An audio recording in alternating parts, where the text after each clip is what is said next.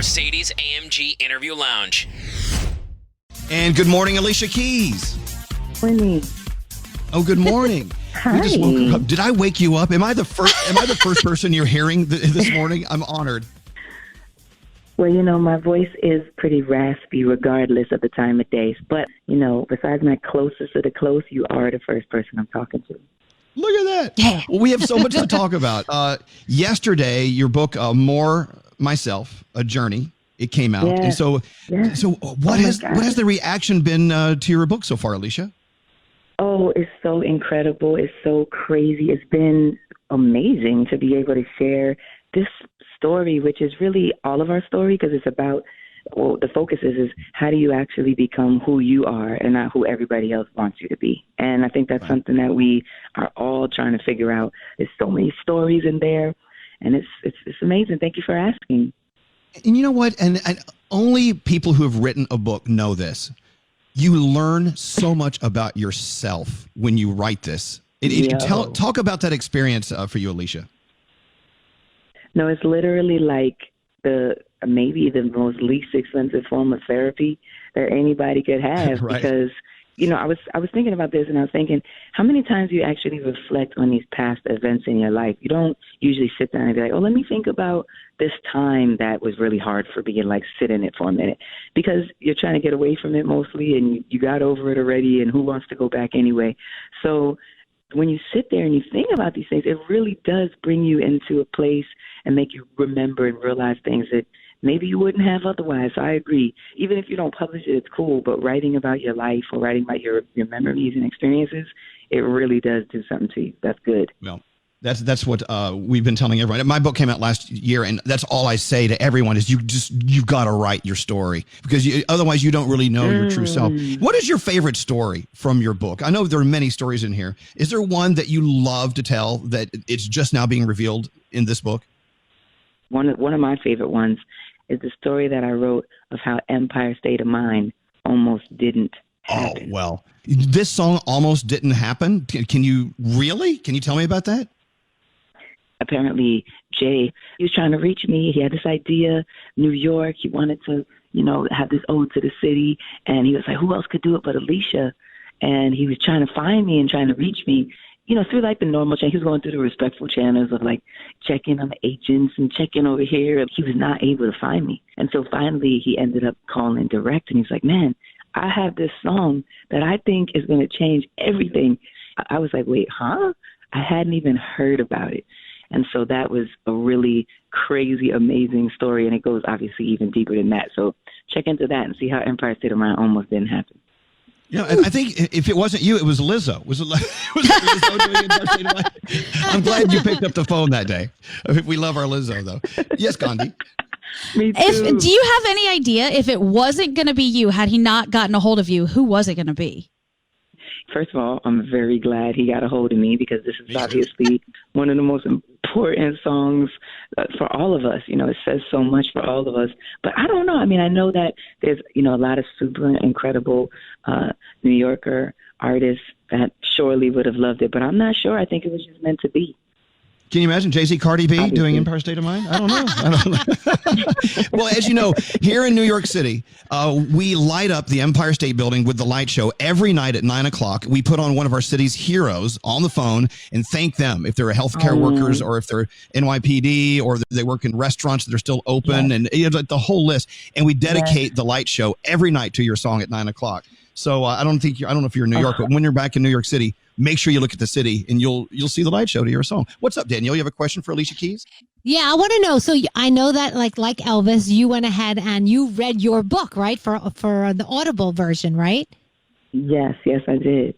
So what's that like when you do your own thing? Did you feel like, did you want somebody else to do it? Did you want to do it yourself? Because I know Elvis originally had said he wanted somebody else to do it. He didn't want anything to do with reading it himself. Well, I hate my voice. I have to say, well, how could you hate your voice? You hear it every day, like 100,000 hours. That's why. I think that's why he hates it, because he hears it.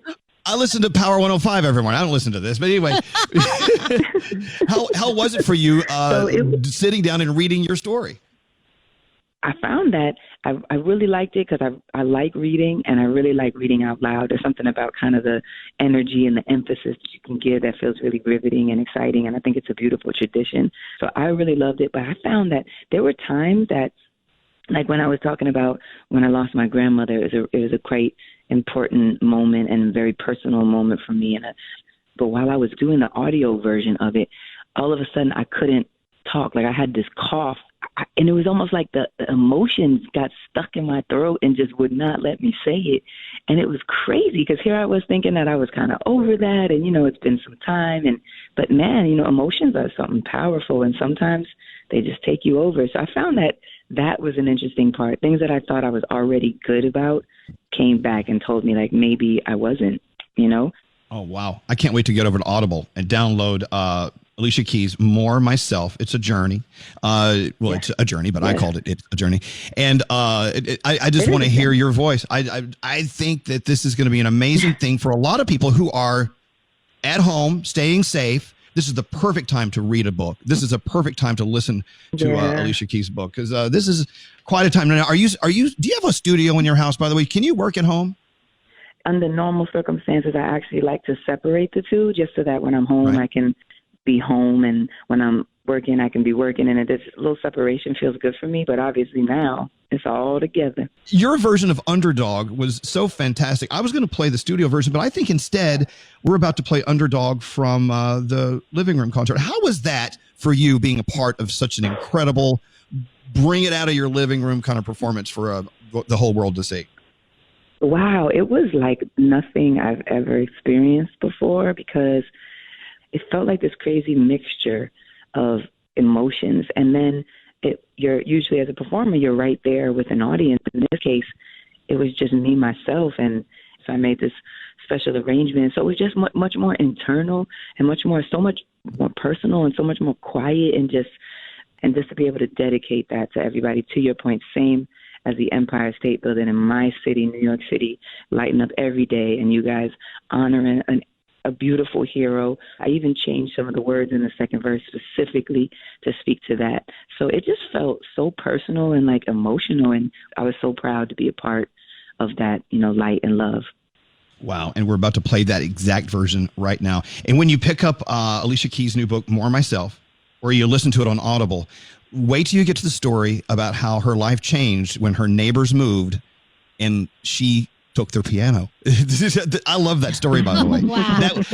That was like, now, did you and your mother actually push this piano down the street because you got a piano from your neighbors? Is this true?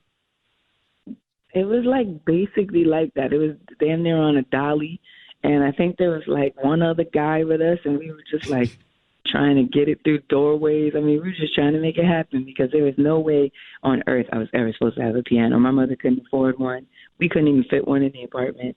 And for us to have that type of gift definitely is the reason why I can play Underdog like this today.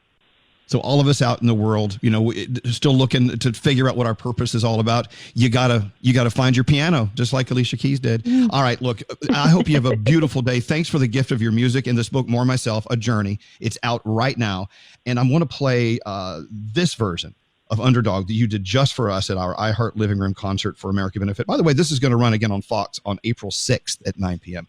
Alicia Keys, have a beautiful, beautiful day. Thank you for spending time with us. You too, guys. Thank you for your love. Stay safe. Sending you blessings and your family and everybody listening. We love you. Keep the frequency high, and we're thinking about you, and we're going to definitely get through this together.